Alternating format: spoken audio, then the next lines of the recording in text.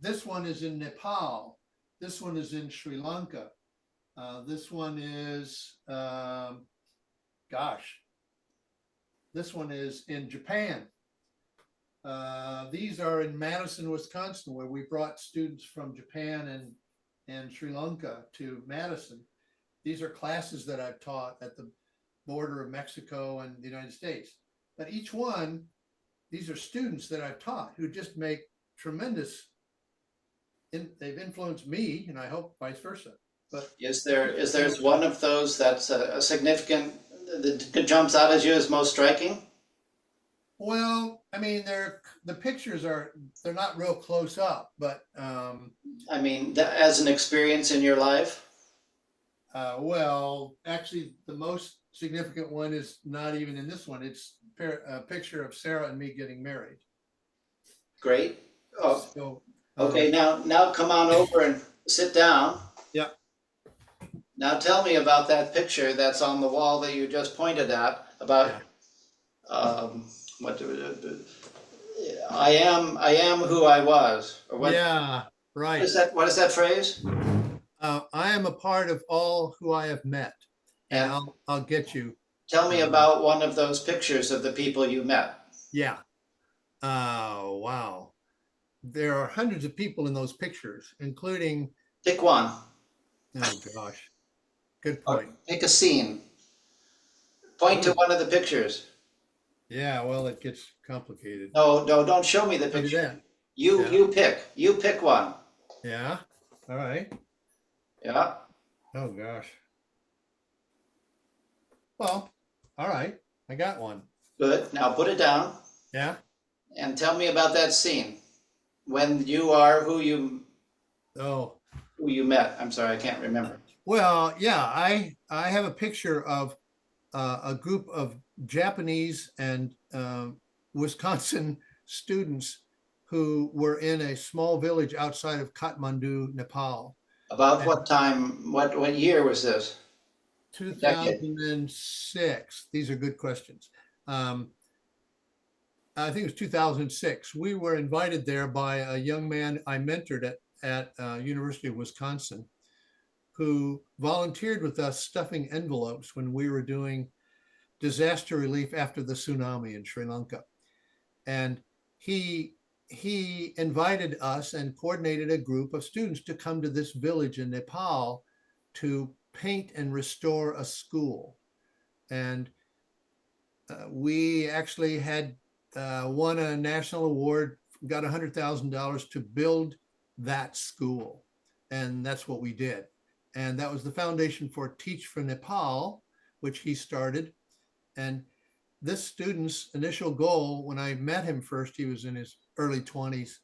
I said, what do you want to do with your life? And he said, well, I think I'd like to be Prime Minister of Nepal. Yeah.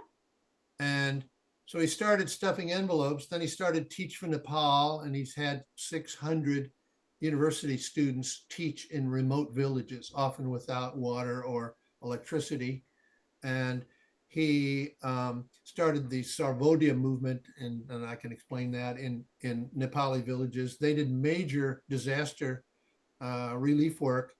And in the past year, he ran for parliament, and he was a member of parliament of the country of Nepal, and he was appointed minister, and he may well end up being the Prime Minister of Nepal.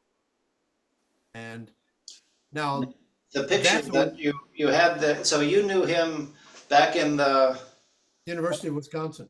University of Wisconsin. Yeah. And we were training him to do community organizing in Asia, and he did in Sri Lanka. We made him the executive director of the Sarvodaya movement in the United States, and we raised several $1 million to help Sri Lanka come back from the tsunami after the Civil War. And the 38,000 people had died when that big wave came to Sri Lanka, and 1 million people lost their homes. And Shasir Kanal was the guy who started with us as a volunteer stuffing envelopes and ended up being in charge. And but to me, and how has that affected your life You said, repeat that phrase one more time. I am a part of all who I have met. I am a part of all who I have met. And I would say in that picture, that the answer to your question, in that picture, some of the children who are there, these are very, very, very poor people that had barely had food enough to have a school, and they had a school, and little tiny children would rise to the occasion. They were like 7 and 8-year-old boys running around in bare feet, and we're all freezing to death. And they were so bright and so full of energy and so inspirational that they could have transcended their life. And I mean, they're graduating from school. Their school formerly had 46% of them never finished school. And the school now has a 94% graduation rate.